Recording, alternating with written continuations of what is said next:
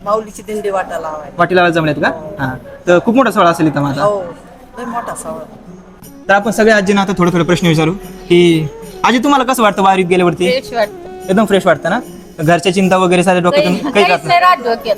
आणि काकू तुम्हाला काय वाटतं की यार वारीला गेल्यावरती तुम्हाला भारी है वाटतं. ना? घरी असले का हातपाय दुखते आणि दिंडीत गेला की तुम्ही भारी वाटतं, काही टेन्शन आणि तिथले लोकांचं वागणं वगैरे एकदम फ्रेश ना? लय भारी वाटतं. आणि ज्यावेळेस तुम्ही पंढरपूरला त्या ठिकाणी गेल्यावरती मन भरून येत असेल लय एकदम. मन भरून येतं लगेच. कारण आपण म्हणतो ना की यार पृथ्वीवरचं वैकुंठ जरी म्हटलं तरी काही चुकीचं नाही. आणि सगळ्यात महत्वाचा मुद्दा म्हणजे कोणत्या महिलेला माहेरचं जितकं महत्व नाही ना तितकं महत्व पंढरपूरच्या माहेरचं आहे. तर तुम्हाला तुमच्या मायबाप आपण म्हणतो सगळ्या महाराष्ट्राचे आई वडील आहेत, विठ्ठल रुक्मिणीला भेटलं कसं वाटतं? लय छान वाटत. त्यांची मूर्ती डोळ्यात भरत लय असेल लय मूर्ती डोळ्यात भरून इतकं वाटत का असं निघून गेलं. आपण एकदम भारी वाटतं. है ना? हा, 10-15 वर्षापासून येते दिंडीला, पण अजिबात काही दुखत नाही, काहीच नाही होत. चिंता मनातल्या सगळे निघून जात सगळी असेल. निघून जाते. आणि घरी असलं का हातपाय दुखत आहे, काही दुखतच राहतं. पण पंढरपूरच्या वाटेने गोळी लागत नाही तर काही. घरच्याला सांगून वगैरे आला सांग की आता मी निवांत जाणार आहे, टेन्शन घेणार आणि एकदम आनंदच आहे ना. तर बघा तुम्ही सगळ्यांनी की यार वातावरण एकदम महिलांचं एकदम असं मन भरून आलंय. ते जातात म्हणजे किती ताकद असावी त्या संतांमध्ये आणि त्या पंढरीनाथामध्ये की अशा वयाच्या आजीला नाही, काय नाही. दुखत नाही, प्रवासात दुखत नाही अजिबात. नाही. म्हणजे किती आश्चर्याची गोष्ट माझ्या आहे. बरोबरच कोणीच येऊ शकत नाही गावात. मला आश्चर्य वाटतं आजी तुम्ही म्हणजे आता या वर्षी पण दिंडीत जाणार असाल तुम्ही. मग आता ते काय फिरायचं? आजी म्हणजे सामान वगैरे भरून घेऊन आलेत आजी. पिशवी आणली.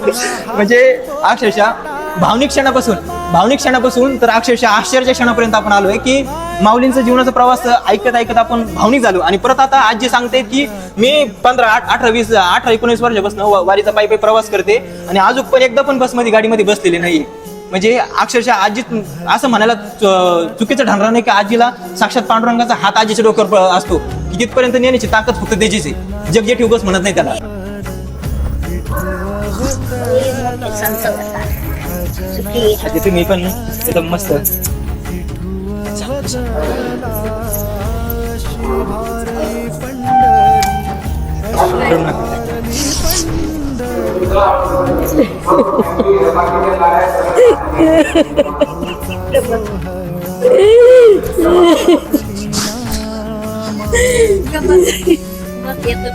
तर आपण ज्या रथ महोत्सवासाठी आलोय ज्याला आपण पालखी सोहळा प्रस्थान होणार आहे त्या पालखीचं आपण दर्शन घेऊया आता.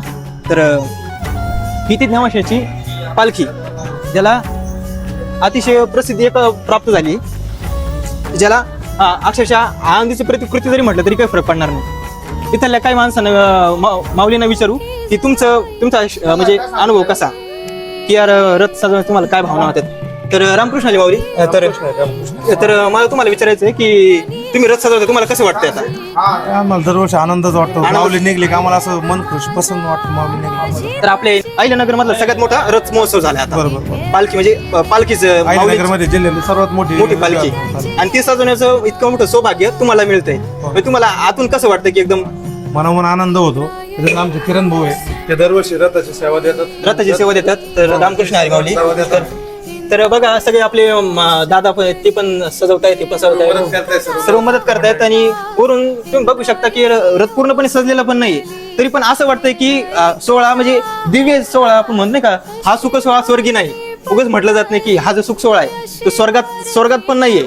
स्वर्गात फक्त सुख आहेत पण समाधान आणि भक्तीचं जे वातावरण आहे ना ते फक्त ज्या ठिकाणी संतांनी आपलं जीवन घडवलंय आणि ज्या ठिकाणी आपल्याला वारसा दिलाय. विचार करू शकता तुम्ही. बघा आता इथं प्रभू विठ्ठलाचे घेऊ शकतो मी. हो. तर बघा की सर्व संत आहेत त्याच्यामध्ये. तर सर्व तुकाराम महाराज, ज्ञानेश्वर महाराज, गोरोबा काका म्हणा, तर सर्व संतांचे मायबाप विठ्ठल आहेत. जगाची मायबाप आपण म्हणतो का यार मायबाप माऊलीचा अर्थच आई होतो. जगाची माऊली आणि जगाच्या माऊलीचे संत लेकर म्हणजे विचार करू शकता तुम्ही. आणि आता हे नेवासाची आषाढी पालखी सोहळा म्हणजे ही पालखी फक्त आषाढी एकादशीलाच बाहेर जाते. तर प्रशासनाने भरपूर सहकार्य केले. प्रशासनाची इथून तिथून सर्वतोपरी मदत होणार आहे. म्हणजे तिथं आता डॉक्टरांचा पण सहभाग असेल, प्रशासकीय यंत्रणा पूर्ण स्वच्छता सुद्धा, शौचासाठी असेल, शौचालय असेल, सर्व आपल्याला इथून प्रशासनाची मदत होणार आहे. तर तुम्ही आपण आयल्यानगर जिल्ह्यातले शासकीय याच्यामध्ये आलो आपण. शासकीय मध्ये आलं शासकीय. म्हणजे जे रथ महोत्सव होता शासकीय जेवढी यंत्रणा आहे ती आपल्याला सगळे पूर्णपणे रथासाठी available असणार. पालकमंत्रीनी शब्द दिलाय शब्द दिला की पालकमंत्री स्वतः थोड्या वेळात इथे येतील. मग तर सोन्याहून पिवळं झालं की साक्षात पालकमंत्री रथ महोत्सवासाठी येत आहेत आणि वरून हे रथ तुम्ही बघू शकता आता की तो जो रथ आहे पूर्णपणे खांब्याला नक्षीकाम आहे. आतून चंदन आहे ना, नाही, चांदीचं रथ आहे, अजून सागवान आहे. हा बाय सागवान आतून सागवान आणि वरून हे चांदीचं आहे. तर बघा तुम्ही की यार हे दादा वगैरे सगळं रंगवत आहे. आतून रथ बघा तुम्ही, म्हणजे अजून भरपूर काही याच्यात लावायचं राहिलेलं आहे. फायनल सजावट आहे, बाकी काय नाही. अच्छा, आता आपण आलोय, आता आपण थोड्या वेळा अगोदर रथ बघितला, तर आपण आता त्या रथाचे श्रींच्या रथाचे मानाचे बैल बघू. तर हे 2 बैल आहेत. तर तुम्ही बघू शकता की बैल किती विशाल, म्हणजे अक्षरशः शिवशंकराच्या नंदीसारखे भासतायत लावून जर बघितलं तर किती विशाल काय, म्हणजे अक्षरशः कोणाची नजर न लागू असे विशाल बैल आहेत आणि यांना मान आहे. आणि आपण यांच्या बैलांच्या मालकाला विचारू की जय हरी माऊली, तुम्हाला कसं वाटतं बरं तुमचे हे बैल म्हणजे माऊलींच्या पैस कामाच्या मंदिराचे मानकरी आहेत? आमचं परमभाग्य आहे, आम्ही परमभाग्य समजतो. आमचे स्वतःची बैल म्हणजे मानाच्या दिंडी करता आज पंढरपूरला जाणार आहेत पालखी घेऊन, त्याच्यामुळे आम्ही त्याचं भाग्य समजतो आमचं. आणि समजा प्रवास दरम्यान जर बैलांना थोडी काही थोडं देवकरू होणे पण जर काही इजा वगैरे झाली तर आपल्या काही सेवा वगैरे उपलब्ध असेल? माऊलीच्या आशीर्वादाने काही होतच नाही. वा, म्हणजे जर झालंच तर एक डॉक्टरची टीम स्वतः म्हणजे पूर्ण एक टीमच आहे की श्रींच्या बैलांसाठी, मुलींच्या बैलांसाठी. म्हणजे विचार करू शकतो मी. आणि मालकांचं म्हणजे विचार मत किती खास म्हणावं लागेल की यार माऊलींच्या कृपेने काही होणारच नाही. जी शुद्ध भाषा, शुद्ध अंतकरणातली भावना असते की त्या बैलांना काहीच होणार नाही. म्हणजे यावरती ज्याला देव तारी त्याला कोण मारी, हे जे वाक्य बसतं ते इथं एकदम व्यवस्थित बसतं की यार ज्याला देव तारी त्याला कोण मारी. इतके मोठे विशाल बैल, श्रींचे बैल आणि त्याचे मालकांचं मन इतकं मोठं. ज्यावेळेस आपण म्हणतो की एखाद्या माणसाचं अंतकरण ज्यावेळेस मोठं असतं ना, त्यावेळेस श्री आपण जे परब्रह्म स्वतः त्या व्यक्तीवरती कृपा आशीर्वाद ठेवतात आणि असे मानाचे संधी त्यांना देतात. तर बघू शकता आपण आता हे बैल बघू शकता की बैल रूप बघा, रंग बघा आणि त्याचे बैलांचं पण किती मोठं भाग्य म्हणायला लागेल की यार माऊलींच्या ज्या ज्ञानेश्वरी रचली, ज्ञानेश्वरी ग्रंथाच्या पालखी सोहळ्यासाठी या बैलांचा मान, जितका मान आपल्याला नाहीये तितका मान या बैलांना नाही, मुक्या जनावरांना नाही. त्यामुळे ते म्हणतात ना की यार ज्यावेळेस माणसाच्या अंतकरणामध्ये काम, क्रोध, लोभ, मद, मत्सर गोष्टी असतात त्यावेळेस देव त्यांना जवळ करत नाही.